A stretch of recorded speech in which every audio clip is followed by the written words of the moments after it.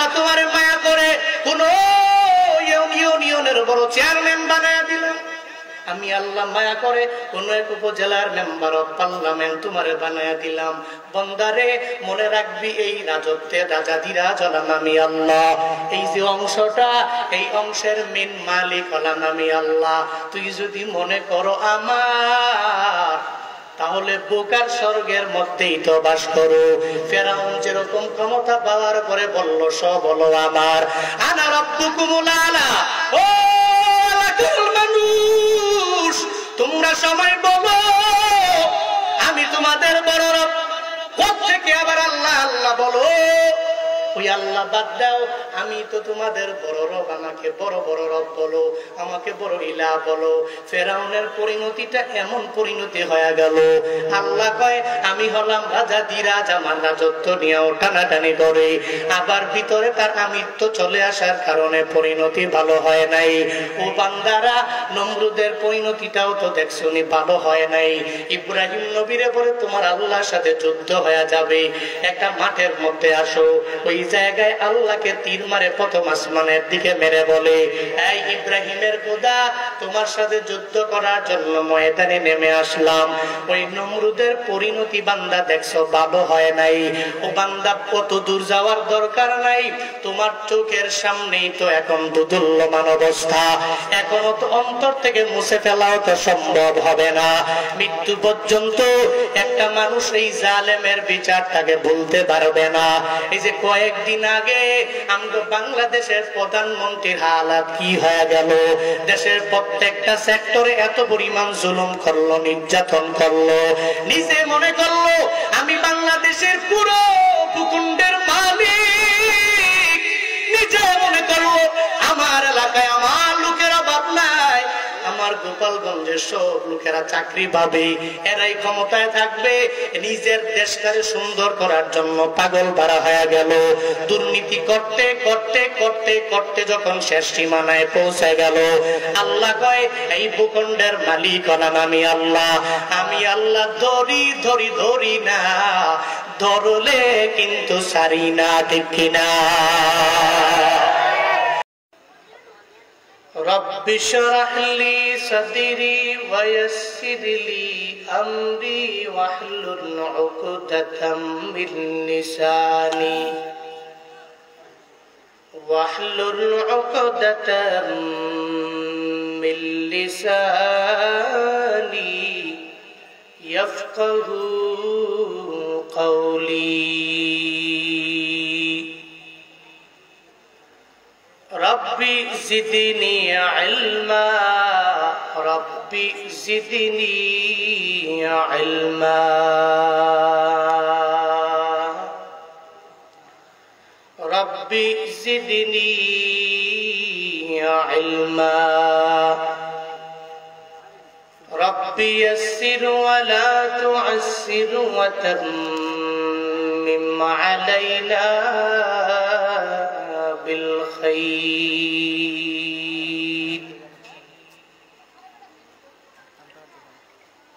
कौनाइन का मुख्तार खुदा तुमको बनाया, कौनाइन का मुख्तार खुदा तुमको बनाया, उम्मत की निगाहबान खुदा तुमको बनाया, उम्मत की निगाहबान खुदा तुमको बनाया। या रब मेरे आँखों में समा जाए मदीना, या रब मेरे आँखों में समा जाए मदीना, मुद्दत से मेरे दिल में तमन्नाए मदीना,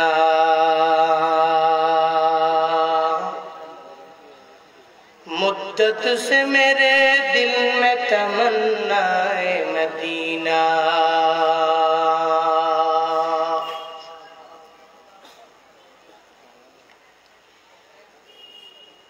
नूरे मदीना गुलजार महिला मदरसा मुकुटबंदी নববন্দী উপলক্ষে নবম বার্ষিক ইসলামী মহাসম্মেলনের আজ 29 আগস্ট 2024 মুতাবাররাক এই মজলিসের সম্মানিত প্রধান আলোচক বিশিষ্ট ইসলামী চিন্তাবিদ বাতিলের আতঙ্ক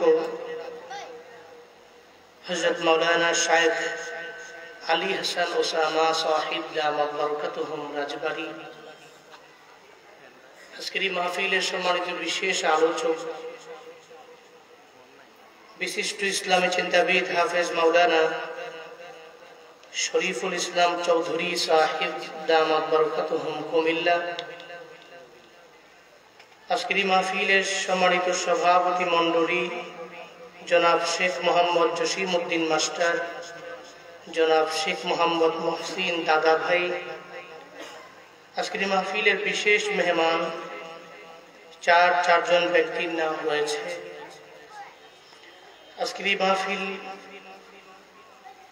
ইন্তেজামিয়া কমিটি, মাদ্রাসার মুহতামিম আসাতিজায়ে কেরাম অক্লান্ত পরিশ্রম করে সুন্দর করে আপনাদের জন্য সাজিয়েছেন। শুরুতেই আমাকে একটু উচ্চ কণ্ঠে উচ্চ আওয়াজে জবাব দিবেন, এই সুন্দর আনটাইমে এই মজলিস পেয়ে আপনারা খুশি না বেজার? কি একটু একটু খুশি না বেশি খুশি? মূলত এখন কিন্তু প্রোগ্রামের সময় নয়, কারণ যে কোনো টাইমে আল্লাহ চাইলে বৃষ্টি দিতে পারে, যে কোনো টাইমে আসতে পারে। এরপরেও মাদ্রাসার সম্মানিত মুহতামিম এবং আসাতিজায়ে কেরামদের হিম্মত আছে বলেই এই সময়ে এত সুন্দর একটি প্রোগ্রাম অ্যারেঞ্জ করেছেন। আপনারাও কিছু আলোচনা শোনার লক্ষ্যে এই গরমের মধ্যে বসে আছেন। শুরুতে আমি দোয়া করি আজকের এই মাহফিলের আয়োজন যারা করেছেন, আজকের এই মাহফিলে যারা কোরআন এবং হাদিস থেকে কথা বলেছেন বলবেন, আজকের এই মাহফিলে যারা শ্রোতা, আল্লাহ প্রত্যেককে দুনিয়া এবং আখিরাত উভয় জগতে কল্যাণকামীদের অন্তর্ভুক্ত বানায় দেন। সকলেই পড়ি আমিন। আর একটু আওয়াজ করে জোরে করে পড়েন আমিন। সম্মানিত হাজিরিন, আমরা শুরুতেই দুনিয়ার কোনো ব্যক্তিকে খুশি না করে আগে আল্লাহকে খুশি করি, আল্লাহকে রাজি করি, আল্লাহকে সন্তুষ্ট করি। সকলের সমস্বরে চিল্লায়া একবার কালিমাতুশ শুকর আদায় করে পড়ি আলহামদুলিল্লাহ। সকলে আমার সাথে পড়ুন রব্বানা লাকাল হামদ হামদান কাসীরান তাইয়িবান মুবারাকান ফীহি ইয়া রাব্বি লাকাল হামদু কামা ইয়ানবাগি লিজালালি ওয়াজহিকা ওয়া আযীমি সুলতানিকা। লাকাল হামদু বিল কুরআন, লাকাল হামদু বিল ইসলাম, লাকাল হামদু বিল কুরআন। একটু আওয়াজ করে বলেন তো, আমরা প্রশংসা করলাম কার? আল্লাহ নাম নিতে কষ্ট হয়? আর একটু আওয়াজ করে বলেন প্রশংসা করলাম কার? গরিব অবস্থায় প্রশংসা চলবে কার? মধ্যবিত্ত অবস্থায়, ধনী হালাতে, সর্বহালাতে, মশহুর সেলিব্রিটি প্রসিদ্ধ হলে, প্রসিদ্ধ না হলে, নাকি ধনী হলে আল্লাহকে ভুলে যাওয়া লাগে? কোন ডিকশনারিতে আছে? আছে, কিন্তু আমরা তো হই। গরিব হলে আল্লাহকে স্মরণ করি, আল্লাহকে বারংবার বলি, আল্লাহ চলার মতো কিছু অ্যাবিলিটি দাও, সামর্থ্য দাও। কিন্তু ধনী হলে আল্লাহকেই ভুলে যাই। প্রসিদ্ধ হওয়ার আগে আল্লাহকে স্মরণ করি, আল্লাহর জিকির করি বেশি। কিন্তু কেন যেন প্রসিদ্ধ হয়ে গেলে নিজের ভিতরে কিবির চলে আসে, অহংকার চলে আসে।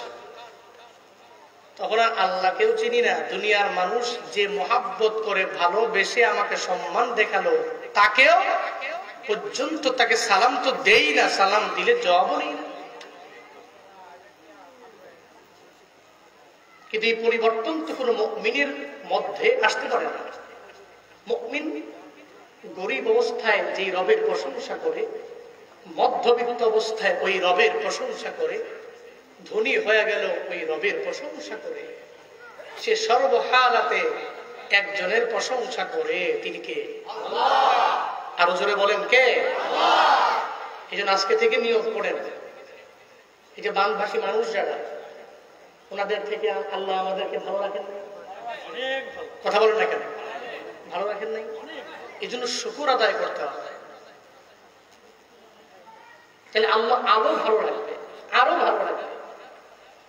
যে মানুষগুলো জানতো না, যে মানুষগুলো ফেনী শহর, ফেনী সিটি যেটা, শহর যেটা, এরা তো কখনো চিন্তা করে নাই আমার এই 7 তলা 8 তলা 9 তলা 10 তলা ভবন বিশিষ্ট এই শহরটা পানিতে ডুবে থাকবে 1.5 তলা পর্যন্ত, 1 তলা পর্যন্ত, কখনো চিন্তাও করে না। কিন্তু আল্লাহ পারিয়া দেয়, তুমি যে শহরের ভিতরে থাকো 9 তলা 10 তলা পর্যন্ত ঘুমাও, তুমি মনে করছো আমি সেফ? আল্লাহকে ভুলে গেলাম, এখান পর্যন্ত পানি আসবে না, যা আসবে ফুলগাছি। ওখানে মহুয়া নদীর তীর আছে তো, নদী থেকে পানি উঠবে, ফুলগাছি ডুববে, ফুলগাছির পরে পরশুরাম ডুববে, পরশুরামের পরে ছাগল দেয়া ডুববে। আমার সদর তো বহু দূরের ব্যাপার। কিন্তু আল্লাহ কয় তোর কাছে এটা ইম্পসিবল হতে পারে, আমার কাছে এটা পসিবল। 3টা উপজেলা পার হয়ে এমনকি তোর সদরকে ক্রস করে ফুলগাছি পর্যন্ত আমি আল্লাহ পানি নিতে পারি, ওই ক্ষমতা আমি রবে আছে। এই জন্য সর্বহালাতে অহংকার করে যাবে না। দাপট কি আমার? আর এত ধনী মানুষগুলো দেখতে মনে হয় যে কি সুন্দর তার চলাফেরা, কি সুন্দর গেঞ্জি পরে আছে, শার্ট পরে আছে, দেখতেই মনে হয় যে লাখপতি, কোটিপতি, 3 তলা 4 তলা বাড়ির মালিক। একটা পানির বোতল, 1 কেজি মুড়ি, আধা কেজি চিরার জন্যই তো লাইনে দাঁড়ায় নিচ্ছে। আল্লাহ কয় আমি পারি, এরপরেও তুই কেন কিবির করো, কেন অহংকার করো, কেন হিংসা করো, কেন মানুষকে মানুষ মনে করো? অহংকার তো আল্লাহ করতে পারে, আমরা করতে পারি না। আল্লাহ আমাদের প্রত্যেককে বুঝ দান করুন। আল্লাহ আমাদের প্রত্যেককে সঠিকটা বুঝার তৌফিক দান করুন। আমি প্রায় টানা 5 দিন ছিলাম ওখানে। 5 দিনে আমি টানা একেবারে ঘুম তো নাই, আমার 5 দিনে ঘুম হয়েছে 4 ঘন্টা। পরিশ্রম করছি অনেক, কিন্তু এই লাইফে এত পরিশ্রম করে আমি করি নাই। গত 2 দিনের মাথার ব্যথায় আমি টিকতে পারি না, মাথার ব্যথায় তাফনিল খাইতে খাইতে এফেক্টেড হয়ে গেছে। এরপর আমার মাথা ব্যথা যাচ্ছে না কোনোভাবে। এই জন্য যতটুকু পারি আপনাদের সামনে কিছু কথা বলবো। কথা তো বলবেন আমাদের অনেক সিনিয়র, মোস্ট সিনিয়র বাংলাদেশের একজন বিশিষ্ট আলেমে দ্বীন, আমার পরে যিনি কথা বলবেন সমসাময়িক বিভিন্ন কথা বিষয়গুলো নিয়ে সুন্দরভাবে ফুটিয়ে তুলতে পারেন। আপনারা তো ওনার কথাই শুনবেন। আমি যা পারি একটু আন্দাজে যতটুকু পারি তখন চালুভাবে বলবো। আল্লাহ যদি তৌফিক দান করেন, আল্লাহ তৌফিক দান করেন। মনে রাখবেন এই পৃথিবীতে সম্মান দেওয়ার মালিককে, ইজ্জত দেওয়ার মালিককে। ইজ্জত পাওয়ার পরে যদি ভিতরে অহংকার আসে আর যদি অহংকার না আসে, এটার মধ্যে পার্থক্য একটু বুঝেন। আমি বলি, সম্মান যদি আল্লাহ দেয়, আপনি যদি একজনের সালাম দেন আপনার সম্মান কমবে? কথা বলেন না কেন? আল্লাহ আপনার অনেক সেলিব্রিটি বানিয়েছে। একটা ব্যক্তি আসছে, আপনি সালাম দিয়ে মুসাফা করে মুআনাকার জন্য আপনার কাঠটাকে ভোগটাকে বাড়িয়ে দিয়েছেন, আপনার সম্মান কিঞ্চিত পরিমাণ কমেছে। এতটুকু যদি চিন্তা রাখতে পারেন যে না কমে না, তাইলে আল্লাহ আপনাকে সম্মান যা দিছে এর চাইতে ডাবল ডাবল ট্রিপল বাড়ায় দিতে পারে। কারণ সম্মান দেওয়ার মালিক কে? ইজ্জত দেওয়ার মালিক কে? ক্ষমতা দেওয়ার মালিক কে? আবার এই ক্ষমতা নিতে পারে কে? আল্লাহ সম্মান দিতে পারে, অসম্মানই করতে পারে না? কুলিল্লাহুম্মা মালিকাল মুলকি তুতিল মুলকা মান তাশাউ ওয়া তানসিউল মুলকা মিম্মান তাশা ওয়া তুইজ্জু মান তাশাউ ওয়া তুদিল্লু মান তাশাউ বিয়াদিকাল খায়র ইন্নাকা আলা কুল্লি শাইইন কাদির।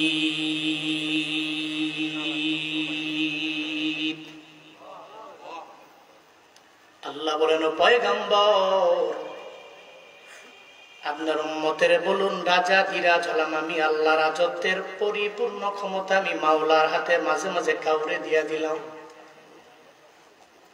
এই পুরো দুনিয়া রাজত্ব আমি আল্লাহ নিজে রাজা, আমি আল্লাহ কারো সাথে শরীক লাগাই নাই, দুইজন বানাই নাই, একা হলাম আমি আল্লাহ। এ দুনিয়ার সমস্ত কিছুর মালিক হলাম আমি রব। তবে মাঝে মাঝে কিছু কিছু অংশের জন্য রাজা আমি আল্লাহ কোন কোন ব্যক্তিরে বানায়া দিলাম। তো উতিল মুলকা মান তাশা, যারে আমি আল্লাহর মন চাইলো আমি আল্লাহ কিছু অংশে রাজত্ব আমি আল্লাহ তারে মায়া করে দিয়া দিলাম। ততক্ষণ পর্যন্ত দিলাম যতক্ষণ পর্যন্ত ওর ভিতরে অহংকার নাই, কিবির নাই, জুলুম করে না, নির্যাতন করে না। যেদিন থেকে আমি আল্লাহ দেখলাম এই বান্দা তার মুলকটাকে পাওয়ার পরে মনে করলো আমি হলাম এই মালিকুল মুলক, এই রাজত্বের বড় রাজা, ওই দিন থেকে আমি আল্লাহ তাকে যতই ক্ষমতা দিয়া দিলাম, যতই পাওয়ার দিয়া দিলাম, আমি আল্লাহ এতটুকু বুঝতে পারছি ওই বান্দার ভিতরে অহংকার চলে আসছে। শুধু আমি করে বলে এই জেলার মালিক আমি, ওই জেলার মালিক আমি, এই দেশের মালিক আমি, ওই দেশের মালিক আমি। যখন তার ভিতরে আমি আমি আমি আমি চলে আসলো, মানে তার ভিতরে আমিত্ব যখন ঢুকে গেল, রবের তো বুঝার বাকি নাই। আল্লাহ কয় আমি আল্লাহ হলাম মালিকুল মুলক, এই পুরা সব রাজত্বের মালিক হলাম আমি আল্লাহ। তোরে মায়া করে কোন একটা দেশের প্রধানমন্ত্রী আমি আল্লাহ বানায়া দিলাম, তোমারে মায়া করে কোন একটা জেলার ডিসি আমি আল্লাহ তোমারে বানায়া দিলাম। আমি আল্লাহ তোমারে মায়া করে কোন ইউনিয়নের বড় চেয়ারম্যান বানায়া দিলাম। আমি আল্লাহ মায়া করে কোন এক উপজেলার মেম্বার অফ পার্লামেন্ট তোমারে বানায়া দিলাম। বন্দারে মনে রাখবি এই রাজত্বে রাজাধিরাজ হলাম আমি আল্লাহ। এই যে অংশটা, এই অংশের মেন মালিক হলাম আমি আল্লাহ। তুই যদি মনে করো আমার, তাহলে বোকার স্বর্গের মধ্যেই তো বাস করো। ফেরাউন যেরকম ক্ষমতা পাওয়ার পরে বলল সব হলো আমার, আনা রাব্বুকুমুল আলা। ও লাকুল মানুষ, তোমরা সবাই বলো আমি তোমাদের বড় রব। কোত্থেকে আবার আল্লাহ আল্লাহ বলো? ওই আল্লাহ বাদ দাও, আমি তো তোমাদের বড় রব, আমাকে বড় বড় রব বলো, আমাকে বড় ইলাহ বলো। ফেরাউনের পরিণতিটা এমন পরিণতি হয়ে গেল, আল্লাহ কয় আমি হলাম রাজা দিরাজ, আমার রাজত্ব নিয়েও টানাটানি করে, আবার ভিতরে তার আমিত্ব চলে আসার কারণে পরিণতি ভালো হয় নাই। ও বান্দারা, নমরুদের পরিণতিটাও তো দেখছনি ভালো হয় নাই। ইব্রাহিম নবীরে বলে তোমার আল্লাহর সাথে যুদ্ধ হয়ে যাবে, একটা মাঠের মধ্যে আসো। ওই জায়গায় আল্লাহকে তীর মারে প্রথম আসমানের দিকে মেরে বলে, এই ইব্রাহিমের খোদা, তোমার সাথে যুদ্ধ করার জন্য ময়দানে নেমে আসলাম। ওই নমরুদের পরিণতি বান্দা দেখছো ভালো হয় নাই। ও বান্দা, কত দূর যাওয়ার দরকার নাই, তোমার চোখের সামনেই তো এখন দুদুল্যমান অবস্থা, এখনো তো অন্তর থেকে মুছে ফেলাও তো সম্ভব হবে না। মৃত্যু পর্যন্ত একটা মানুষ এই জালেমের বিচারটাকে ভুলতে পারবে না। এই যে কয়েকদিন আগে আমরা বাংলাদেশের প্রধানমন্ত্রীর হালাত কি হয়ে গেল, দেশের প্রত্যেকটা সেক্টরে এত পরিমাণ জুলুম করলো, নির্যাতন করলো, নিজে মনে করলো আমি বাংলাদেশের পুরো ভূখণ্ডের মালিক, নিজে মনে করলো আমার এলাকায় আমার লোকের অভাব নাই, আমার গোপালগঞ্জের সব লোকেরা চাকরি পাবে, এরাই ক্ষমতায় থাকবে। নিজের দেশটাকে সুন্দর করার জন্য পাগল পারা হয়ে গেল। দুর্নীতি করতে করতে করতে করতে যখন শেষ সীমানায় পৌঁছে গেল, আল্লাহ কয় এই ভূখণ্ডের মালিক হলাম আমি আল্লাহ। আমি আল্লাহ ধরি ধরি ধরি না, ধরলে কিন্তু সারি না, ঠিক কিনা? আমি আল্লাহ ধরা হলো এমন ধরা, ধরার মানুষ কেমন বড় ধরা জানো? এমন বড় ধরা আমি আল্লাহ দেই রে বান্দা। তুমি ওই সময়ে তোমার বাহিনীদেরকে ডাকবা, আমাকে বাঁচানোর জন্য যত চেষ্টা করা লাগবে তোমরা করো, এরপরে তোমার বাহিনীগুলো বাঁচাইতে পারবে না। শেখ হাসিনা যেদিন বাংলাদেশ থেকে পারবে ইন্ডিয়া চলে যাবে, ওই দিন যাওয়ার পথেও সকাল 10টা-11টার সময় পদত্যাগ নামা দিতে রাজি না। 3 বাহিনীর প্রধানকে ডাকলো, ও বাহিনীর প্রধানেরা আমার সামনে আসো, 10,000 ছাত্রও যদি মারা লাগে মাইরা ফেলো, এরপরে আমার ক্ষমতার মধ্যে থাকা লাগবে, এরপর আমি নেতা হওয়া লাগবে, এরপরেও মানুষের উপর জুলুম করা লাগবে, এরপরেও মানুষের উপর নির্যাতন করা লাগবে। আল্লাহ কয় তোর এমন ভাবে আমি আল্লাহ পেঁচায়া ধরবো, তোমার পার্সোনাল সেক্রেটারি পর্যন্ত তোমার উপকারে আসবে না। যেই বাহিনীদেরকে এই 15-16 বছর লাগায় তুমি লালন পালন করলা, এই বাহিনীরাও তোমার জুলুমের প্রতি এত পরিমাণে ঘৃণা সৃষ্টি হয়ে যাবে, তোমার জুলুমকে এরা দেখতে পাবে না। ওই 3 বাহিনীর প্রধানদের বলার পরেও তুমি খুঁজে পাবা না।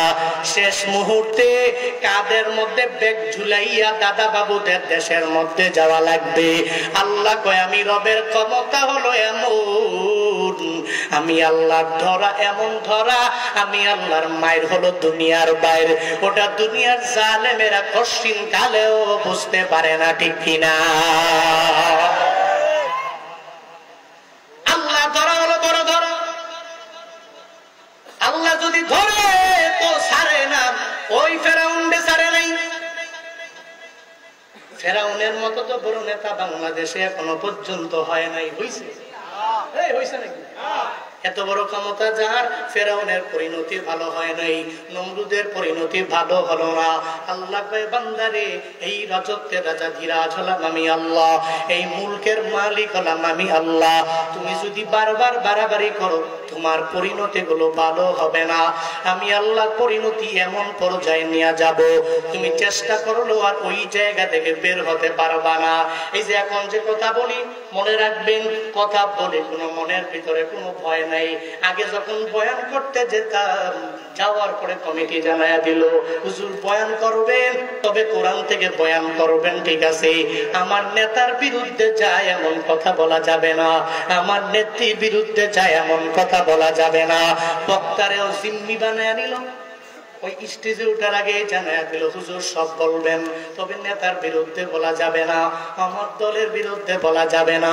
মাহফিল কমিটিরাও যখন গেল অনুমতির জন্য পারমিশন দেয় না, ঠিক কি ঠিক না? চিন্তা কত, হায় হায়, বক্তার চিন্তা, শ্রোতার চিন্তা, কমিটির চিন্তা। আরে কার নাম না জানি উপরে না দিলে আবার মাহফিল বন্ধ হয়ে যায়, এই চিন্তা ভিতরে ছিল কি ছিল? স্বাধীন দেশ এখন হয়ে গেল, এখন স্বাধীন দেশের মানুষ হয়েছ। ও ব্রাহ্মণবাড়িয়া নবীনগরের মুসলমান, স্বাধীন দেশের ভিতরে এখন বক্তাও স্বাধীন, শ্রোতাও স্বাধীন, কমিটিরাও স্বাধীন, ঠিক কিনা? বক্তাও কথা বলবে, কোনো চিন্তা নাই। স্বাধীন দেশে কোরআন থেকে কথা বলবে, হাদিস থেকে কথা বলবে। এখন নেতার বিরুদ্ধে গেলে এটা কিচ্ছু খারাপ থাকবে না। স্বাধীন দেশের মধ্যে কথা বলবে, মানুষগুলো তার বাক স্বাধীনতা ফিরে পাবে। ও শ্রোতারা, আর চিন্তা করার কোনো কারণ নাই। আগে তো তাকবীর দিলেও মাঝে মাঝে ভয় হইতো। আগে তো আল্লামা মামুনুল হকের কথা যদি বক্তা বলে, শ্রোতা যদি ওই মামুনুল হকের কথা শোনার পরে ঠিক বলে, লিল্লাহে তাকবীর স্লোগান দেয়, তখন দেখবেন স্লোগান দেওয়ার পর এক একটা ঘটনা ঘটেছে, ওই শ্রোতাকে পর্যন্ত ওই জায়গা থেকে শেষরাইয়া নেওয়া হয়েছে।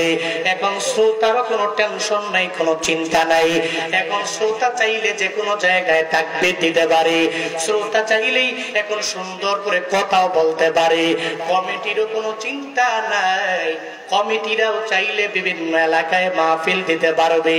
এখন আর ওই ভয় অন্তরের মধ্যে যাবে না, সভাপতির নাম না দিলে মাহফিল হবে না। আমার এলাকার এমপির নামটা পোস্টারের ভেতরে কেন দিল না? একটা বড় ইসলামী মহাসম্মেলনটারে সব বন্ডল করে দিল, বলে এটা হওয়া যাবে না। আমার এমপির নাম কেন উপরে দিলা না, কেন নিচে দিলা? এ কারণে তোমার এলাকায় মাহফিল হবে না। আর কোনো চিন্তা নাই। যারা একথা বলতো এরা তো একটাও বাংলার জমিনে নাই। দেখো না ক্ষমতা হয়ে কি লাভ, এত পাওয়ার হয়ে কি লাভ? এতদিন পর্যন্তই ক্ষমতা দেখাইয়া দেখাইয়া মানুষের উপর জুলুম করে। আল্লাহ কই এমন ভাবে ধরছি চুরি কইরাও যাইতে পারি না, পাসপোর্টটা দিয়াও নিজের রিয়েল পাসপোর্ট দিয়া যেতে পারে না, ভিসা থাকার পরেও দেশ থেকে বের হতে পারে না। দেশের সর্বোচ্চ লেভেলের কোটিপতি সালমান এফ রহমান দরবেশ বাবা যাওয়ার সময় আবার নৌকা দিয়া নিজের রূপটাকে পরিবর্তন করে দাড়ি কামায়া যায়। আল্লাহ কয় তুই এরপরেও সার পাবি না। আমি আল্লাহ ধরা তো এমন ধরা, এখন ধরছি আর সার পাবি না। দেখেন নাই দরবেশ বাবারা? দেখেন নাই দেশের সর্বোচ্চ লেভেলের কোটিপতি ধনী মোস্ট রিচেস্ট ম্যান বাংলাদেশে পরিণতি কেমন হয়েছে? পরিণতি দেখেন নাই? ডিবি অফিসে যে ব্যক্তি আসি সারা ঘুমায় না, বড় বড় দামি ল্যান্ড ক্রুজার ছাড়া চলে না। আল্লাহ কয় এমন ভাবে ধরছি, অন্যের টাকা মাইরা আরামে ঘুমাও, আরামে খাও। একবার, দুইবার, তিনবার, চারবার, 10 বার, 1 বছর, 5 বছর, 10 বছর, 15 বছর আমি আল্লাহ আসি তো? আল্লাহ কি নাই? এই ফেরাউনকে আল্লাহ ধ্বংস করেছে, ওই আল্লাহ কি এখন নাই? যেই নমরুদকে আল্লাহ ধ্বংস করেছে, ওই নমরুদ কি নাই? আছে? নমরুদ নাই, কে আছে? নমরুদ নাই। যেই নমরুদকে সৃষ্টি করেছে আল্লাহ, ওই আল্লাহ আছে। আবু জাহালকে সৃষ্টি করেছেন যে আল্লাহ, তাকে ধ্বংস করেছে আল্লাহ, ওই আল্লাহ কি এখন নাই? ওই আল্লাহই তো তাকে ধ্বংস করেছে। এখন আমাদের কাজ হবে কি? আমরা করব কি? আমাদের কাজ হলো দেশটাকে 15 বছর 16 বছরে দুর্নীতি করতে করতে করতে দেশের অবস্থা কি? আমি এই যে ব্রাহ্মণবাড়িয়া শহর দিয়ে আসলাম, মানুষের এত কষ্ট, চলাফেরা, যাতায়াত ব্যবস্থা এত খারাপ, মানুষগুলো কেমনে চলে? শহরের ভিতরে আধা ঘন্টা এক জায়গায় বসে থাকা লাগবে। এই ভয়ে আমি করছি কি, থাক গাড়ি আমার যদি গর্ত দিয়ে নেওয়া লাগে তো গর্ত দিয়ে নিব। আমি বললাম যে ইউটার্ন নিয়ে সঙ্গে সঙ্গে শহর থেকে বের হবে, বাইপাস দিয়ে আসা লাগবে না, কিন্তু প্রোগ্রামে আসতে পারতাম না, আরো 1 ঘন্টা লাগবে। আজকে বৃহস্পতিবার, এমনিতেই জ্যাম, শহরের যানজট অনেক বেশি। শহরের ভিতরে এক জায়গায় প্রায় আধা ঘন্টার জ্যাম দেখাচ্ছে। আমি ঘুরে বাইপাস দিয়ে আসলে দেখি হায়, ওখানে যেই পরিমাণে বালু, মনে হয় সামনে কুয়াশা। মানুষ চলে কেমনে? সিএনজি দিয়ে মানুষ চলে, বাইক দিয়ে চলে, আমগো না গাড়ি গ্লাস আছে আটকে রাখছে। কিন্তু এই মানুষগুলোর অবস্থা দেখে আমার কান্না চলে আসছে। আরে মানুষ চলে কেন?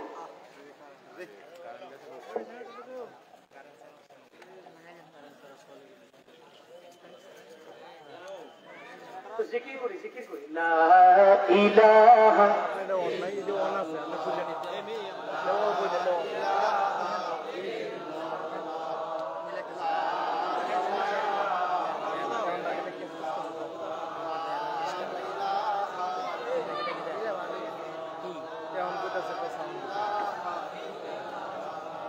লাগারে না আমার সামনে খাইলে